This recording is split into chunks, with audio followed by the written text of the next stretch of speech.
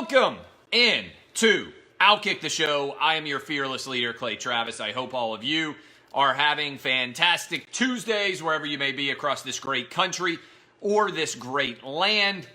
It is rainy. It is cold.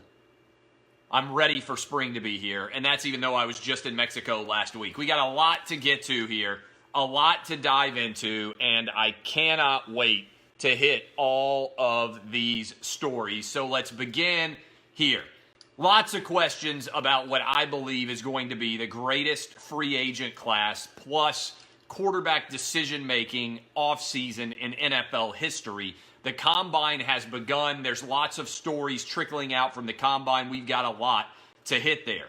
Deontay Wilder with the worst excuse maybe in the history of sports. Jameis Winston, Ryan Tannehill, Derek Carr, Joe Burrow, Cam Newton, all stories about each of those guys and their futures with their respective teams, as well as your boy continues to be proven correct. Get woke, go broke. ESPN jettisons two more left-wing losers because their ratings are bad and because it doesn't translate in the larger media market. I'll get into that in a little bit, but the lesson, as always, Twitter is not real life. If you are an executive who is listening to this, if you are a talent or future talent who is listening to this, trying to make Twitter happy is an exercise in futility. I keep pointing out a couple of these stats because I think they're so massive.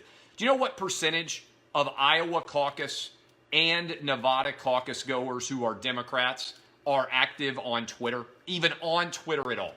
19%. Do you know what percentage of that 19% represent 90% of all tweets? 10% of that 19%. So when you are looking at the larger Twitter universe, you are talking about 2% of the overall American population that is responsible for something like 90% of all tweets that are sent. If you want to service that 2% of the population, that's fine. You can make your career entirely determinant on what people say about you on social media, on Twitter. But understand, that ain't the real world, okay? And we have had plenty of abundant evidence of why that is not the case. But I got a lot to get to, and first I'm going to start with the NFL. Ryan Tannehill. Did you guys see the video? We'll clip it and we'll share it with you of Titans GM John Robinson asked about Ryan Tannehill's future. He was as non-expressive as you can possibly be about the idea that Ryan Tannehill is going to be back with the Titans. This is an important linchpin because I believe the Titans are going to make a full-on run after Tom Brady. I really do. The more I look at this, the more I study it. I'm not saying Tom Brady's going to come. I'm just saying that Tom Brady is going to be given a run by the Titans. The other thing here that you should be paying attention to, Ryan Tannehill went and hired a new agent. You usually don't go hire a new agent if your negotiations are going to go smooth. Just an easy idea here. If you expect that your negotiations are going to go fantastically easy and you know you're going to get franchise tagged or you know that the team is going to offer you a massive amount of money, usually you don't go get a new agent. You go get a new agent when you think you might be in for a fractious battle and you want to have the best sword wielder on your side. I think the Titans are not committed to Ryan Tannehill. And I believe if Tom Brady leaves New England, the single most likely destination for Tom Brady is the Tennessee Titans. He is, as Mike Vrabel said today when he was asked about Tom Brady, the two of them are very good friends, former teammates. If you are going to leave a situation in New England to go elsewhere, and you are Tom Brady, where would you want to go? With a coach that you have a good relationship with a team that you believe you could win a championship with a team on offense that has a good offensive line, and also talented skill position playmakers at wide receiver and tight end, and most importantly, with a stud at running back. The Titans are in an interesting spot here because they may well be interested in franchising both Ryan Tannehill and Derek Henry.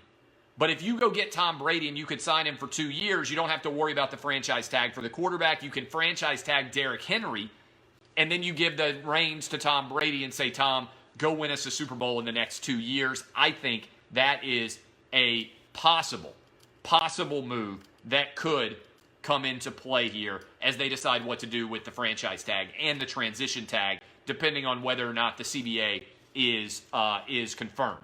So that is one big matzo ball to follow. What are the Titans going to do with Ryan Tannehill? Because I think there'd be a lot of other teams that were interested in Tannehill if he spins off into free agency, depending on what his price is. What should the price be for Tannehill, by the way?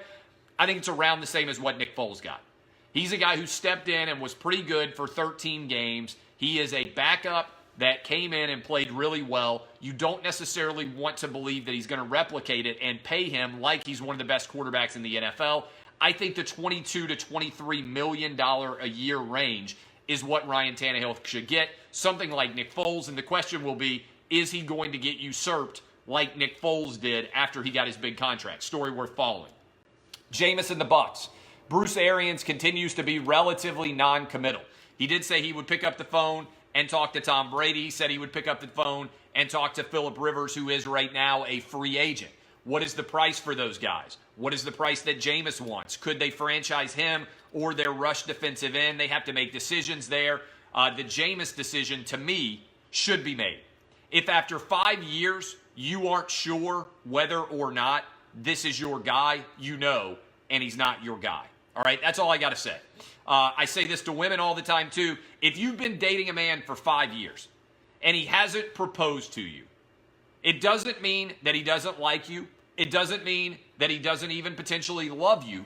It does mean that he's keeping his eyes open for a better option. If you have been with somebody for 5 years and you aren't ready to put the franchise tag on them, you know they're not a franchise quarterback and you're open to options everywhere else. That's what's going on with Jameis Winston right now. Derek Carr, not a full-throated endorsement from the Raiders, who are reportedly going to go after Tom Brady as well. Could they go after Teddy Bridgewater? Could they go after, I don't know, anybody else, Marcus Mariota, that's out there that's a lot more affordable? Maybe Cam Newton if he comes available. I think that it is going to be a intriguing story to follow in Oakland as John Gruden prepares for year 3 with the Raiders as they move to Vegas from Oakland and as they begin a new part of their franchise's history. Do they have a sexy sizzle higher at the quarterback position, or could they go into the draft and get somebody? That's a story worth following as well. I don't buy that the Raiders are committed to Derek Carr.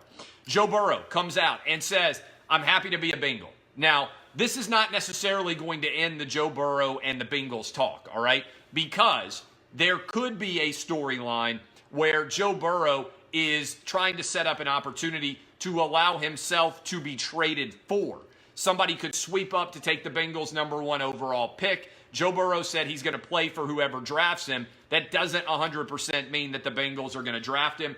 I continue to follow this story and think it's pretty intriguing as well. There's so much drama out there in the NFL quarterback market right now. What about Deontay Wilder? Deontay Wilder comes out and he says, I wore this 45-pound mask to the ring, and that's the reason why I got whipped by Tyson Fury. This is one of the all-time worst explanations and excuses I have ever heard in the history of sports. If you are so dumb that you don't know what you're going to wear into the ring and what it weighs and what its impact can be upon you, that's your fault. It's also the fact of your entire corner for being that dumb. But you are 6'7", 230 pounds. 40 or 45 pounds is not that much to have to carry. Ask any fireman. Ask anybody who has ever served in the armed forces. Ask anybody who's ever had to carry around a kid at Disney World or any other amusement park, or tried to get everything for the beach when you're carrying all the lawn chairs and the Yeti cooler and everything else, and you are a dad. That is not a good excuse. I believe Tyson Fury is going to beat Wilder's ass again. Wilder reportedly has decided to exercise the option in his contract to have another fight. He has lost 17 of the 18 rounds that he has fought against Tyson Fury. I don't see that changing. I'm not willing to buy into the idea that because he wore a mask and some added paraphernalia down to the ring, that somehow caused him to not be able to stand there and caused him to take a beating. If your conditioning was that bad in the first place, then you were going to lose no matter what. And there are a lot of people out there who know exactly what I'm talking about when you mention the idea of carrying extra weight. Every single fireman, every single military, a lot of policemen, they all carry substantial weight on their body. And a lot of dads and moms out there who carry around kids know automatically what exactly I am talking about as well. Cam Newton is the final straw today of all the straws being stirred in the NFL quarterback drama. The Panthers now saying they appear to be committed to Cam Newton. I'll buy it when I actually see it. I'm not of the opinion that they are legitimately committed to Cam Newton. I think they want to get him healthy. They want to rebuild that franchise. Matt Rule's 7-year deal. They're bringing in Joe Brady. I still think it's possible that the Panthers spring a move to try to move up to number 1 and go draft Joe Burrow and put Joe Burrow and Joe Brady together. I also will say this. If you are the Bengals, I know you're an incompetent franchise, but how did you allow somebody else to hire Joe Brady when Joe Brady had such an incredible year relationship with Joe Burrow on the LSU Tiger offense? Why would you not do everything you can to bring in that guy, even if you have to pay him $2 or $3 million a year? You're going to invest $50 million in Joe Burrow. Wouldn't you rather have the best possible situation for Joe Burrow to be successful as opposed to doing what the Bengals do, which is throwing people together and hoping they end up working out? And by the way, I got a couple of quotes here. This is one of the funniest things I've seen in some time. Joe Burrow tweets out, "Considering retirement after I was informed the football will be slipping out of my tiny hands, please keep me in your thoughts." The idea that any one measurement at the combine determines whether or not a quarterback will be successful is absurd. If there were some sort of magic formula that could be applied, hand size plus completion percentage divided by height, any sort of equation that wasn't any way replicatable for guaranteeing quarterback success, you know who would know it? Bill Belichick. And there would never be a situation where the Patriots were without drafting the best single quarterback available for the rest of their history. I don't buy into it. Quarterback drafting is oftentimes a flip of a coin, but I buy into Joe Burrow based on what I saw for LSU. Final thoughts here. Bomani Jones, a.k.a. PC Bromani, as I named him on Twitter some time ago, and Pablo Torre have been let go from their show. They're canceling their show, High Noon. Now, this is intriguing because it's yet another employee in the Woke Center School of Business, which is losing his job or her job. And let me just say this. The reason why that is occurring is because sports is the exact opposite. It's the antithesis of woke culture and identity politics. Because the great thing about sports is people don't start with different points on the scoreboard based on their race, based on their sex, based on their sexual orientation, based on their religion, based on their ethnicity. Everybody is treated equal, regardless of what their background is from a sporting perspective. It's why so many people love sports. Because ultimately, when you get on the court, when you get on the field, all that matters is the best individual wins or the best team wins. All right? This is not in any way a complicated scenario. The game, as someone just said in the comments, is pure between the lines. So much of American life is artificial. It is steeped in artificiality. Our culture today has never been more fake than it is now. There are entire businesses predicated on falsehood, such as Instagram, such as, in many cases, Facebook. I always like to say, nobody posts about the worst moment of their life on Instagram. Everybody looks like on Instagram, they've got a perfect life, they got perfect kids, they got a perfect husband, they got a perfect wife. Nobody is on there at 3 a.m. losing their mind. The reality is, authenticity is rare, okay? It's like a highlight tape is a great way of putting it. If you've ever played sports, you could take a highlight tape of anybody, splice it together, and for 3 minutes, almost any athlete out there could look incredible. That's what social media is. And so there has become a cottage industry for people who make the decision that they are going to go far left wing, all right, in the world of sports. And they're going to wed sports to far left wing politics. And that was for a long time a focus of ESPN. Jamel Hill, Michelle Beadle, Bomani Jones. The list goes on. The reality is everybody who goes far left wing loses because woke sports doesn't work because those are antithetical. They're the antithesis of each other. They don't work. And so there's a lot of people out there that want to believe they do, right? Deadspin, dead. Colin Kaepernick's career, dead. Jamel Hill's career in sports, dead. Bomani Jones's career in sports, failed everywhere. The guy got a national radio show with ESPN and was the least successful national radio show host in the history of ESPN radio. His ratings collapsed. He hemorrhaged affiliates. They fired him and gave him a TV show. And when they gave him the TV show, I said, look, it's not going to work. Most people don't get to continue to fail up. They have to prove themselves at one level, and then they move up. I'll give you an example.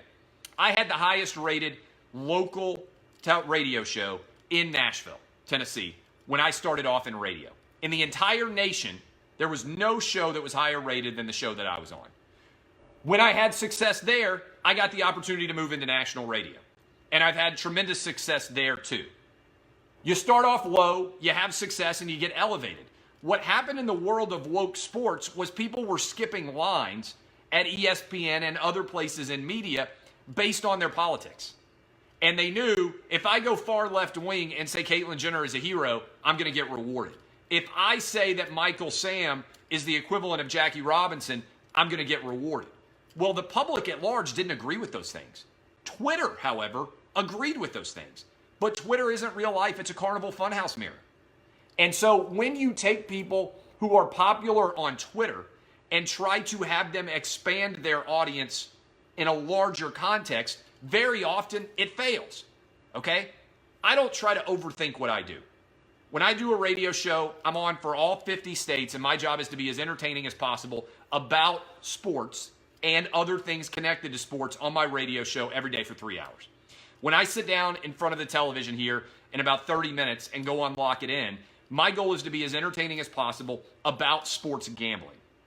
When I sit down in front of Outkick the Show every day, I give you my opinion on anything under the sun that I want to talk about every single day. I don't have a problem with people who want to share their opinions and turn it into a business. But I own my business. I've created a large audience for myself based on my opinions. So if people want to say, hey, I don't talk about politics on FS1, on any of my Lock It In shows. I don't talk about politics very much on my radio show at all. Here, I sit down and talk about politics. For the parts of my career that I control, I say whatever I want because I'm in the opinion business. And so as you break down the larger context, my thesis, which has been proven true again and again and again, is doing shows that make left-wing people on Twitter happy in the world of sports fail when they're on television or national radio and you have to appeal to everybody. Do you know why? For the reason that I started off the show. Only 19% of Iowa caucus goers and Nevada caucus goers who are Democrats are on Twitter. Of that 19%, only 10% of those people are actually tweeting regularly. So you're talking about 2% of the American population, 1 in every 50 people, which is chirping all day long on Twitter. That's not a representative sample. When you try to make those people happy, you lose the rest of America and your audience doesn't respond to you. I remember it's a great advice that I got from Charles Barkley probably a decade ago. We were out to dinner and with my buddy Lance Taylor, who has a great show in Birmingham, and he said, Clay, if you worry about the people who don't like you and try to make them like you, then the people who do like you won't like you anymore. And so I've never been the kind of person who sits around and worries whether people like me. I care if my wife likes me. I care if my kids like me. I care if people who know me well like me and enjoy working with me or going out and having a beer with me. I don't care at all what people who are randomly on the internet think about me. I really legitimately don't. And so all I do is look at the data and tell you what's going to work. Woke Center is a disaster. Get woke, you're going to go broke. And for a long time, ESPN built its entire programming schedule around what a bunch of malcontents on Twitter liked. And those people didn't even watch television. It's like Colin Kaepernick is not, the people who support Colin Kaepernick now, they're not even sports fans. They're just left-wingers, right? Sports fans, NBA gets tied up with China. Ratings tanked this year. NFL gets tied up with Kaepernick. Ratings tanked for 2 years. NFL leaves behind politics. Ratings go up, all right? This ain't rocket science. People want to be entertained by sports because it is the anti-identity politics. They want to be brought together, not torn asunder. Sports is the connective fabric and tissue of American life. And if you're a smart sports media executive, what you are looking for is people who understand that, because those are the people who are going to succeed in this generation. I love all of you. My name is Clay Travis. This is Outkick the Show. If you enjoyed it, share it with your friends. I'm hopping on television now. Lock it in, FS1. And right after that, tomorrow morning, I'll be live 6 to 9 a.m. Eastern on Outkick the Coverage, my radio show in all 50 states. Kisses. My name is Clay Travis. DBAP, unless you need to SBAP. See y'all.